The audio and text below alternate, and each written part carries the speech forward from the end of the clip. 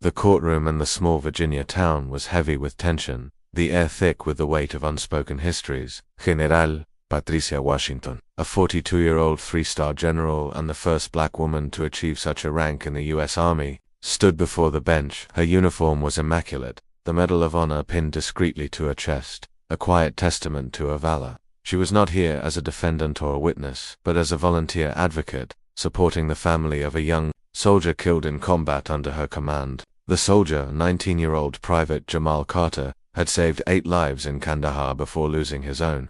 Now, his family faced a bureaucratic nightmare, a technicality denying them his rightful benefits.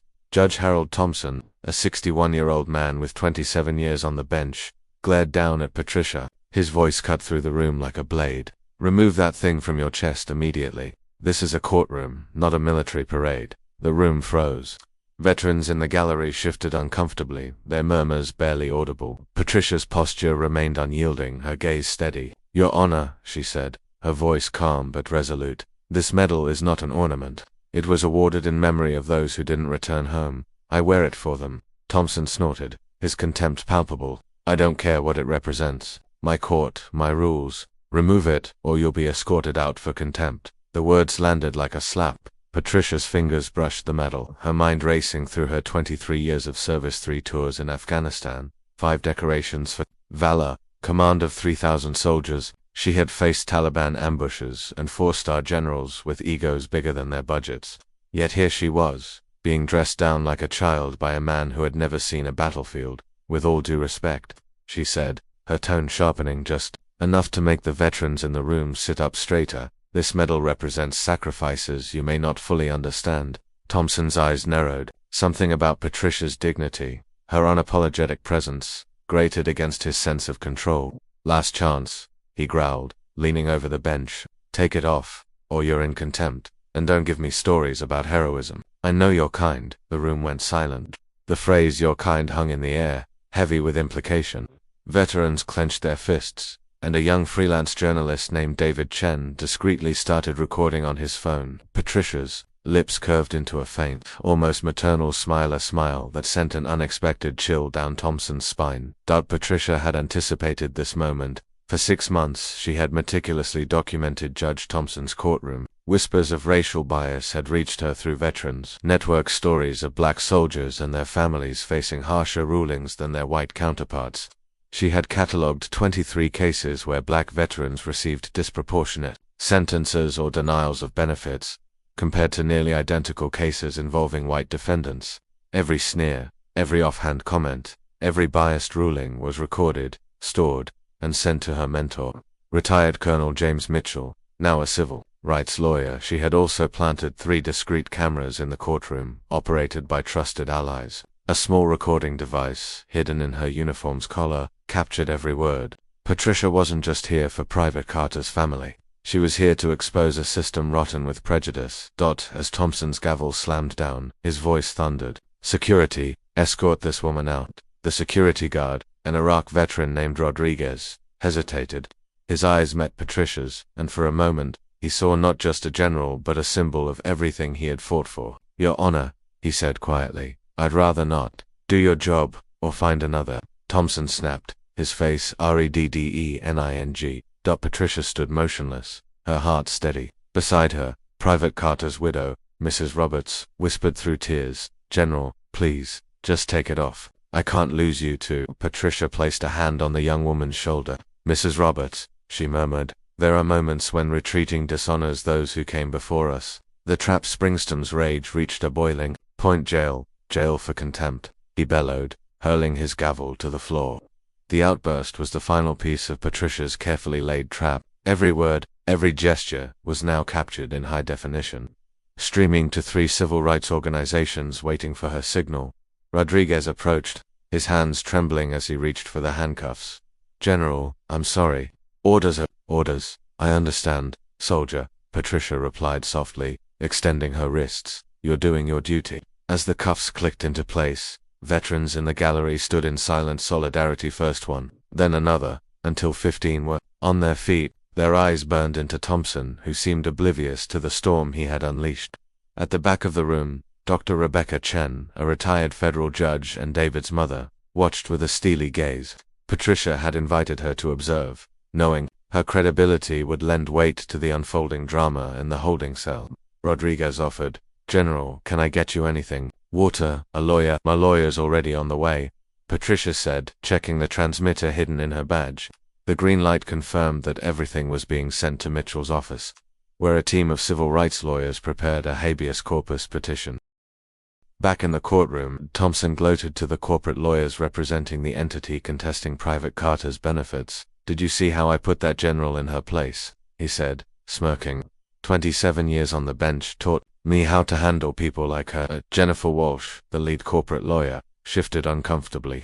"Judge, maybe we should reconsider. General Washington has a reputation." "Reputation?" Thompson laughed. "For not knowing her place. She'll leave here with her tail between her legs."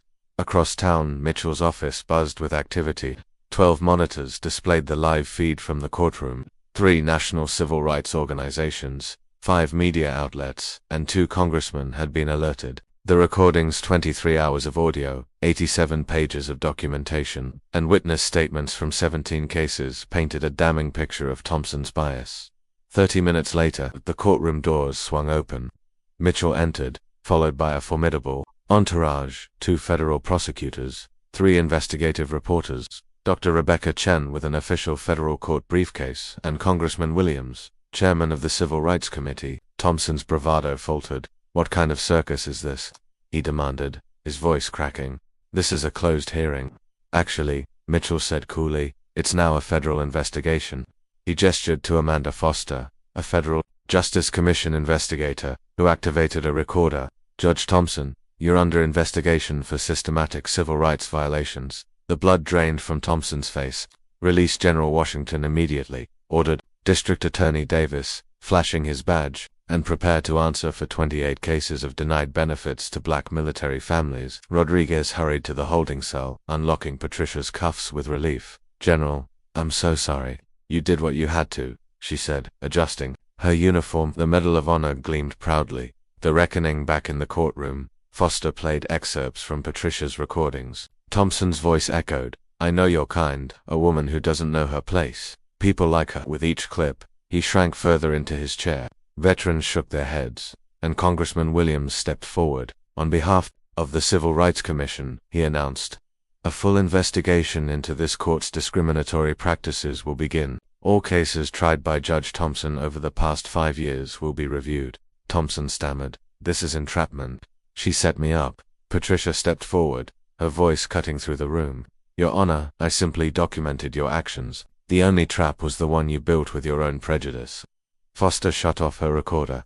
"Judge Thompson, you are suspended effective immediately. A federal judge will take over this court." As Thompson was escorted out, his legs unsteady, Patricia remained serene. The 28 families would get justice, and a corrupt system had lost one of its worst actors. But she knew the fight was far from over. How many other Thompsons lurked in the system, and how had she, a single general, toppled this empire of prejudice? 6 months later, Patricia walked the Pentagon's halls as the new Deputy Secretary of Veterans Affairs, her nomination unanimously approved by the Senate after the national scandal. Her Medal of Honor now symbolized not just military valor, but civil courage. Thompson, meanwhile, faced a starkly different fate. Fired in disgrace, sued for civil rights violations, and stripped of his law license. He worked as a night security guard at a suburban mall. His home was foreclosed to pay settlements to the 28 families. The investigation triggered by Patricia's recordings overhauled the local court system.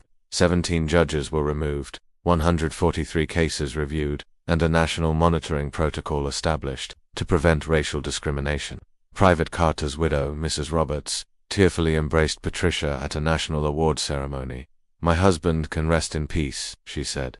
"His benefits are approved, and our daughter will study medicine." Mitchell, now chief counsel for the National Veterans Rights Commission, beamed at his protege. "Patty, you turned humiliation into a revolution."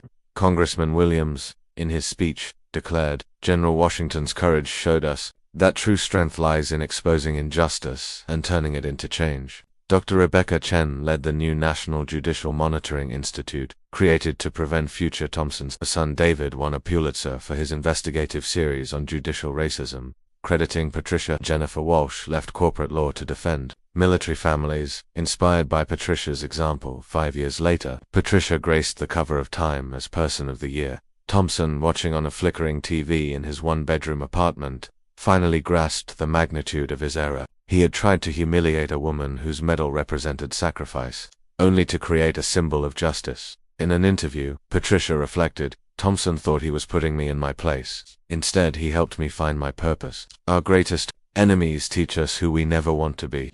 The corporation that hired Walsh faced a $200 million class action lawsuit and went bankrupt. Its executives were blacklisted from the legal field. The 28 families received not only benefits but compensation, their children attending top universities, their homes paid off. Rodriguez, now a father, named his daughter Patricia. "I want her to know that dignity is something no one can take from you," he said. Patricia's story became a case study in military academies and law schools. At a Harvard lecture, she was asked about her greatest satisfaction. "It wasn't seeing Thompson fall," she said. "It was a letter from a young black veteran who felt safe to report discrimination because she knew someone would listen."